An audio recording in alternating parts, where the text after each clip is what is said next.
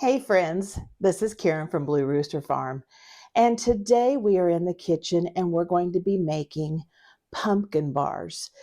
Some of you might even know it as a pumpkin sheet cake, and this is a really yummy moist cake with a cream cheese frosting. But right now is the day before we are celebrating our Thanksgiving. And I know that when this video comes out, it is going to be after Thanksgiving. And these recipes are great throughout the holidays. So I'm still going to share with you this recipe and a couple of others that I'm making. It's so much easier to make the videos when we're actually going to be needing the food than to try to make them earlier and then have all that extra sweets and stuff that we really don't need. So I'm glad that you're here, and let's start baking. So this recipe is one that we're just going to mix in a regular bowl. Now, I hope that my voice is okay. I've just gotten over a bad cold, and I'm still a little deep voiced. I do have my drink over here, so if I get a throat tickle or something, I'll just be able to get a drink. But we'll get through this. So what we're going to do is I have a regular bowl here, and we're going to start by putting the wet ingredients in here. And for the wet ingredients, I have 2 cups of pumpkin puree. Now it is a 15-ounce can. Yeah, 15-ounce can of just pumpkin, not pumpkin pie mix. It is pureed pumpkin in a can. This is the pumpkin that we made earlier this season with our Halloween pumpkins, and we cooked them in the oven, then pureed them and froze them. So I took one of those bags out because I packaged them in 2-cup measurements, which is the same as the 15-ounce can.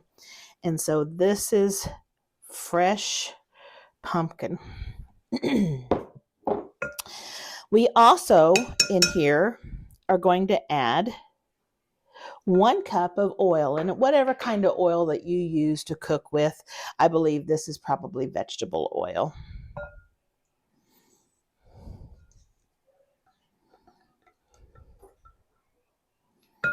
Okay. We're going to add 4 eggs that have been beaten. So I'm going to beat them ahead of time in this little cup.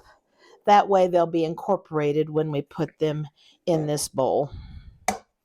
So we've got 4 large eggs. Boy, eggs are ridiculously priced. It's about $4 here in Missouri. What are they at in your state, in your area? Just amazed.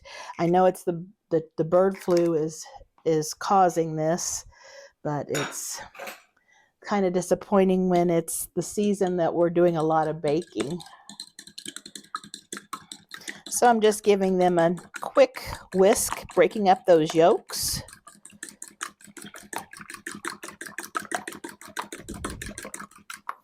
And then once that's all well mixed, we'll just pour those 4 eggs into our bowl. Then let's go ahead and add, well, let's mix this first. And I do have a whisk, and I think I'll start with the whisk. That way, with that oil in there, it incorporates a little better.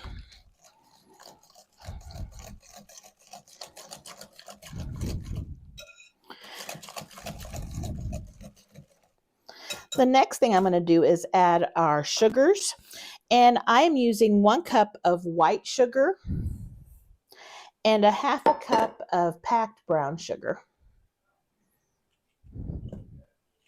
And that's the brown sugar that we make here. So if you want to know how to make your own brown sugar, just go to making brown sugar in my previous videos.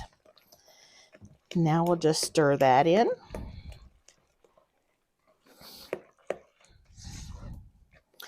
And now it's vanilla, and we're going to add 1 teaspoon of vanilla. You can use your regular extract. I'm using my vanilla paste. If you want to know how to make vanilla paste.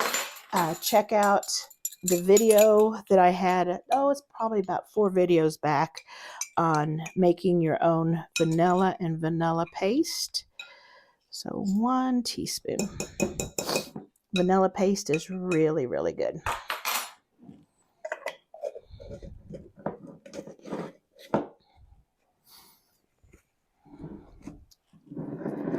And I think that's all of our liquid ingredients.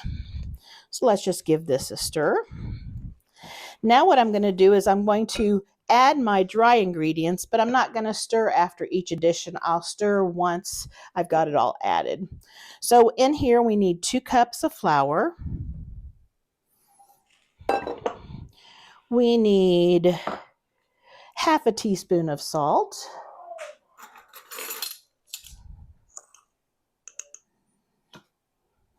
Just a little extra because this is kosher, and usually you need a little extra to be equivalent to the finer grain salt.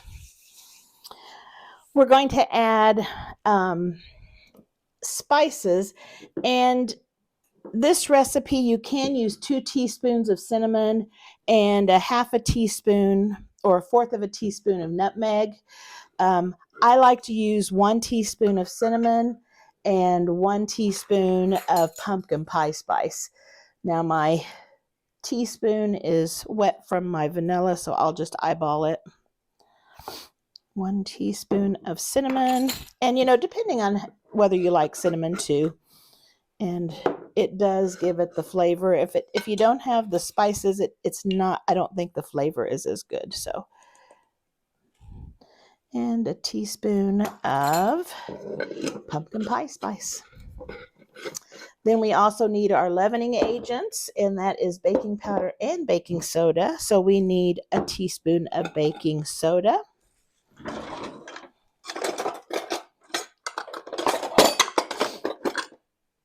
Well, I thought maybe I had one in there, but I'm just going to use for the baking soda the half teaspoon and do it twice. That's a half. And there's 1 teaspoon. We need 1 or 2 teaspoons of baking powder. So I think I will just use my tablespoon measurement and eyeball this, because that is just 1 teaspoon left out. A tablespoon is 3 teaspoons, so I just estimated it by eyeballing it. And I believe I have everything in here. Let me check real quickly. I sure do. So I'm going to take my spatula and just mix this nice and carefully. I don't want to over mix it, but I want to make sure it's all incorporated.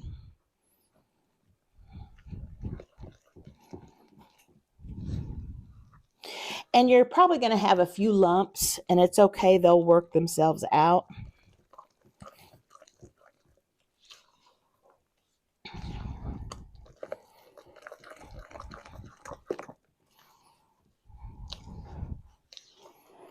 Be sure you scrape the bowl good.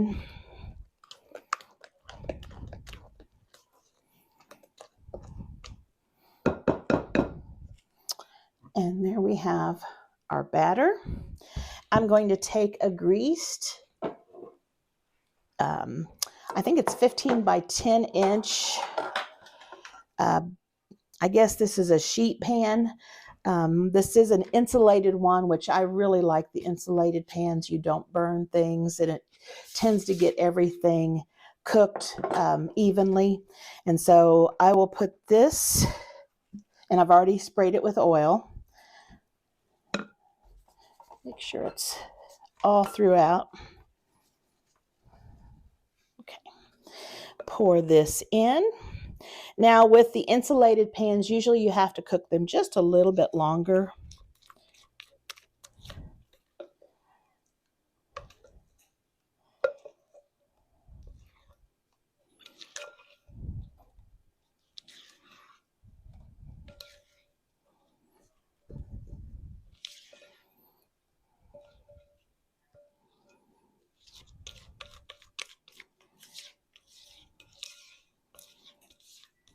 And we want to get all of that out of there.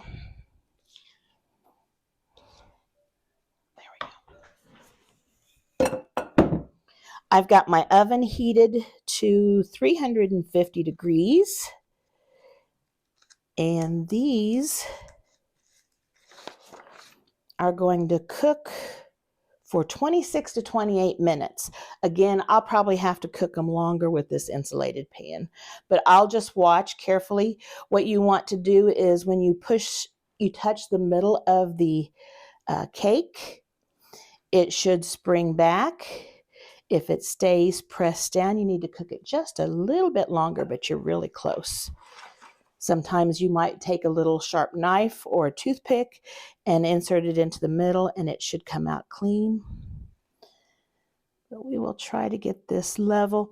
This pan I've used so much, it's a little bit warped, and so it tends to pull the cake batter in certain corners, but it still tastes good.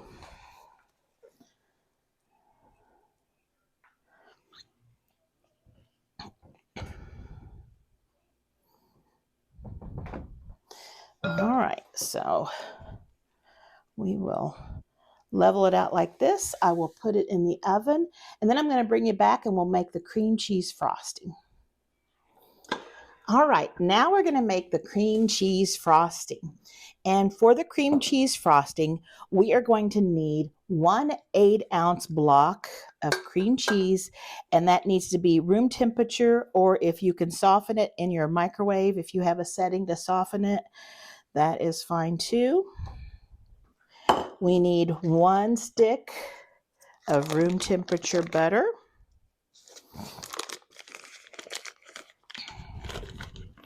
And it's important that it's not melted. It changes the consistency and you'll need more powdered sugar, and then it will be too firm later. So keeping it at room temperature instead of melted will keep the recipe accurate.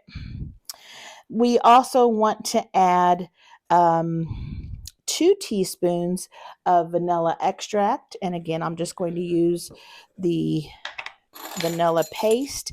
And the one thing with the vanilla paste is you do have the vanilla beans in there. So if you want to have something that's pure white that doesn't have any of that, you do not want to use vanilla paste.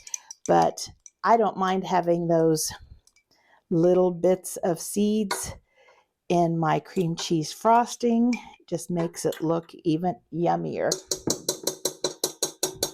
Now you could also add to this about a half a teaspoon of cinnamon. I'm going to just keep it straight. I'm going to just keep it straight cream cheese frosting, but you could add that. I'm just going to give this a whir first. And I do have my whisk on.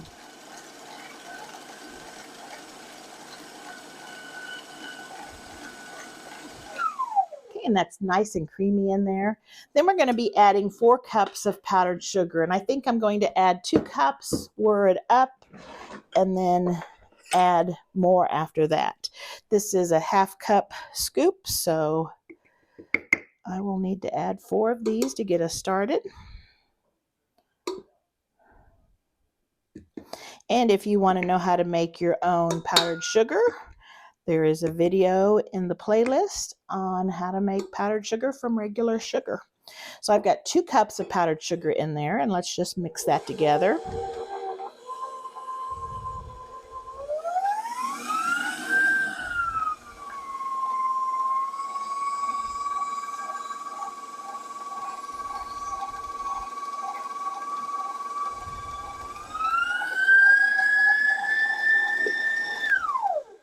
And I'm going to scrape the bowl.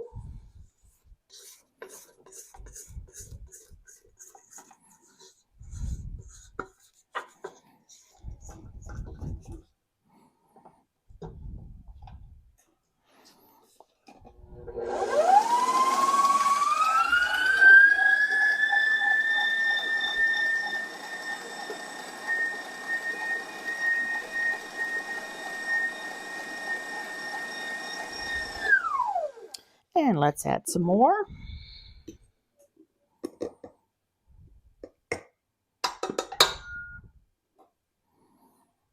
There's another cup, so I have 3 cups in there now.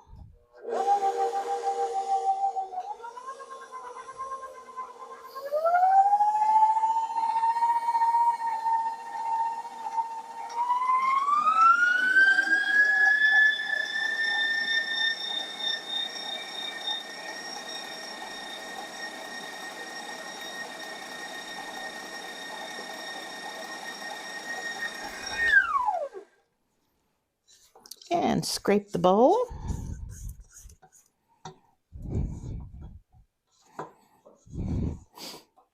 Not only is this an easy recipe to make, it's also just a yummy icing that you can use on a lot of different things.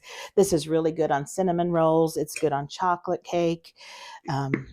Just a great recipe. So let me add the final cup. This is a half a cup. And there's the final cup. So we have 4 cups total.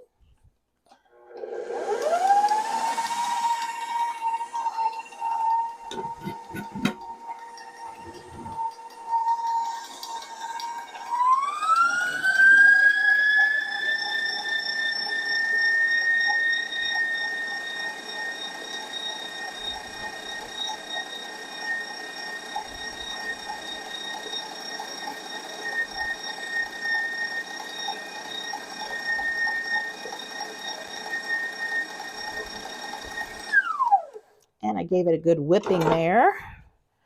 Let's scrape down those sides.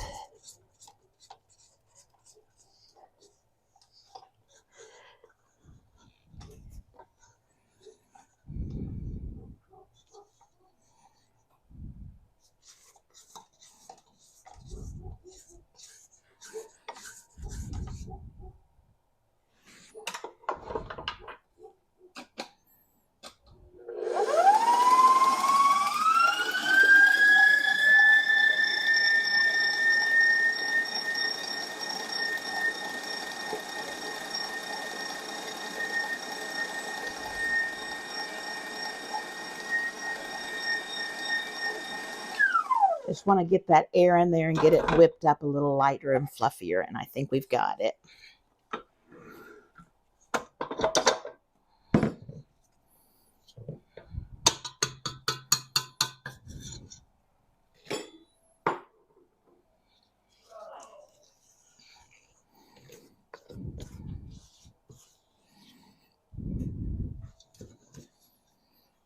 So here is our icing, and I'm going to set this in the refrigerator for it to, it'll kind of firm up, but it's okay. The cake only has a few minutes left. We're going to cool the cake completely, and then we're going to add this. So I'll probably take this out about 10 minutes before we're going to icing. All right, I'll bring it back when it's coming out of the oven. Okay, I've just taken it out of the oven, and when I push down in the center, it springs back, nicely cooked all the way through. So we'll let this cool, and when it's cool, we'll bring you back, and we will put the cream cheese frosting on.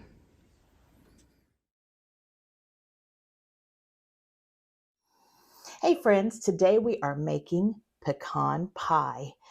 And you can't hardly make it through the holidays without seeing or making or eating a pecan pie. And there's all different versions of them. There are all different styles. Today we're just going to make the old-fashioned Southern pecan pie. And they are so easy to make. It's one of the easiest pies I think there is to make.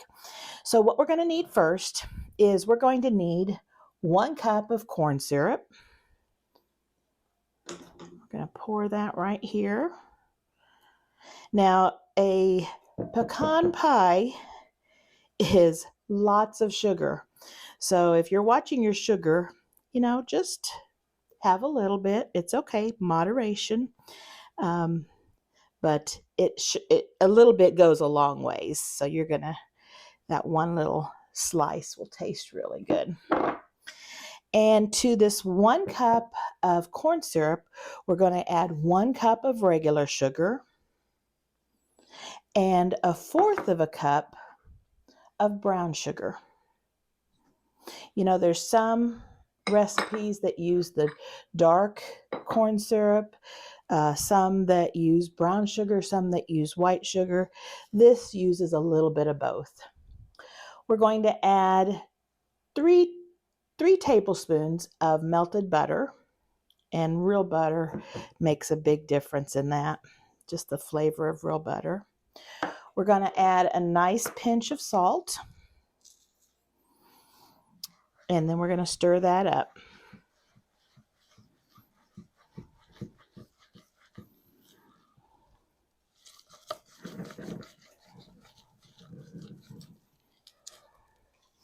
And it's a pretty thick consistency right now, but we're going to be adding some eggs to thin that down.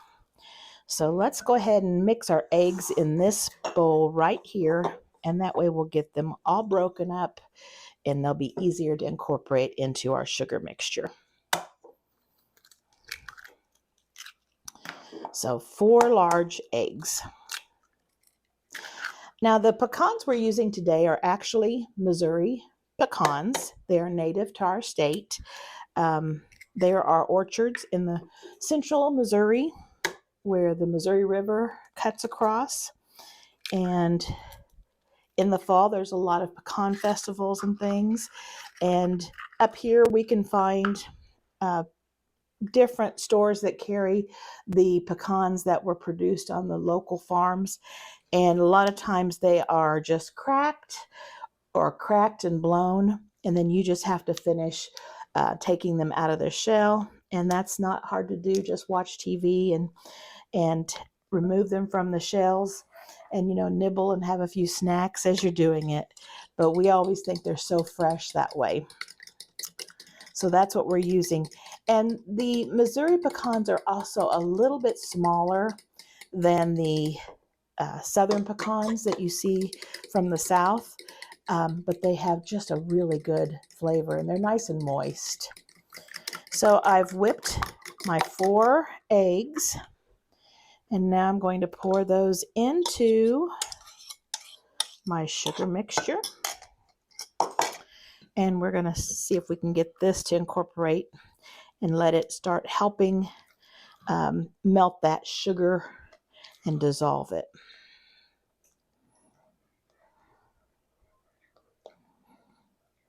That looks really good. For some reason, a lot of people think pecan pies are difficult to make, but they certainly aren't. The one thing you do want to watch when you're making one is the baking. You want to make sure it's baked long enough, but at the same time, you don't want to overbake. You might have had a really runny pecan pie, and that would be one that was not baked long enough. You might have one that's really hard, and that's one that was baked too long. So that's pretty much the hardest part of making a pecan pie, is knowing how long to leave it in the oven. So I think I've just about got this mixed up. And now we're going to add our pecans. Now this calls for 2 cups of pecans, and then I chop one of the cups and leave one of the cups whole.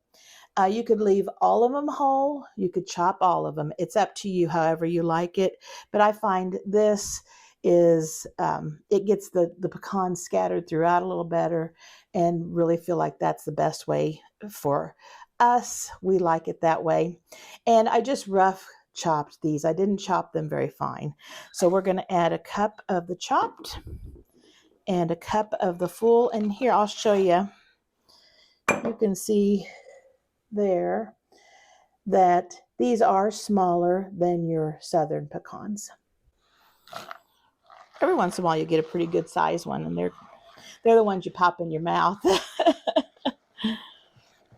Now the last thing we need to do is add a little bit of vanilla. And I'm going to use vanilla paste, but you can use regular vanilla. And we need 2 teaspoons of that.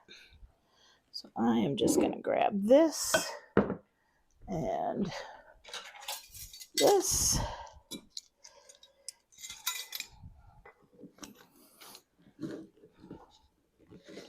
Now, while you're mixing this up, you should have your oven heating to 350 degrees. There's one, and there's two. Get all that goodness in there. And it's going to cook at least an hour. You'll want to check on it and see, probably start checking on it about 50 minutes. And then after that, depending on your oven, will be how long to determine it takes. Now, if you notice it's getting brown quicker, and you don't want it to be so brown because it's not quite done yet, you can take a little piece of aluminum foil and just lay it on top of the pie. Don't pinch it down or anything like that. Just lay that piece just loose on top, and that will keep it from burning. So we have everything mixed up in here, and it is ready to pour into our shell. You need one pie shell, and I just used my old-fashioned vintage Crisco mix, which I used lard in. And I actually made a double crust because I'm also making the chocolate chip Toll House cookie pie today too for our Thanksgiving. But I just used that recipe. If you want a good recipe for a pie crust, check that video out. I'll link it here. A pie shell that you get in the refrigerated section that you just put in your pan, that works wonderfully. They taste great. A frozen pie shell would be fine. You do want it to be unbaked. So what we're going to do is we're going to pour this in. And this is a pretty good size amount of batter. So you'd probably want a deep shell, pie crust, because if it's too small, you're going to have to find someplace else to put your leftover batter. And this is going to poof when it bakes. So I've got that all set there. Just get all that sugar and yumminess out of there. Okay. So we are ready to stick this in. Again, it's a 350 degrees. And again, about an hour, but keep an eye on it. I'll bring you back when this one's done. All right, let me show you.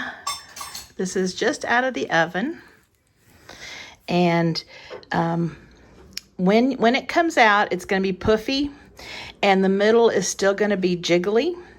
But after it sets, it's going to settle, and then this will be firm. You don't want to overcook it. Right now, it's firm on the edges, and it's firm on the top, but underneath it was jiggly still, and that's okay. That's when you take it out, and it takes that whole hour to cook. So just make sure you take it out before you overcook it.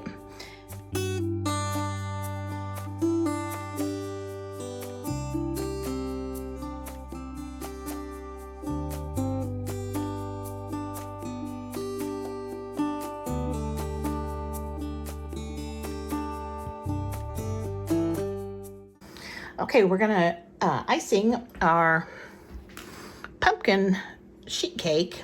And remember, I had stuck this in the refrigerator and had said that you'll need to take it out at least 10 minutes before you icing so it can kind of come back down to room temperature.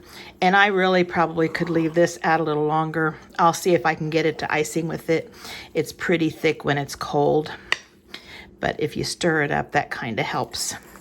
If it ends up being too hard to frost, I can stop and finish it off here in a little bit. But let's get this frosted.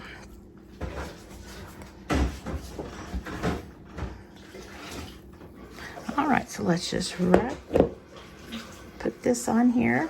Yeah, it looks like it's gonna work. Just be careful not to pull your cake apart. And that.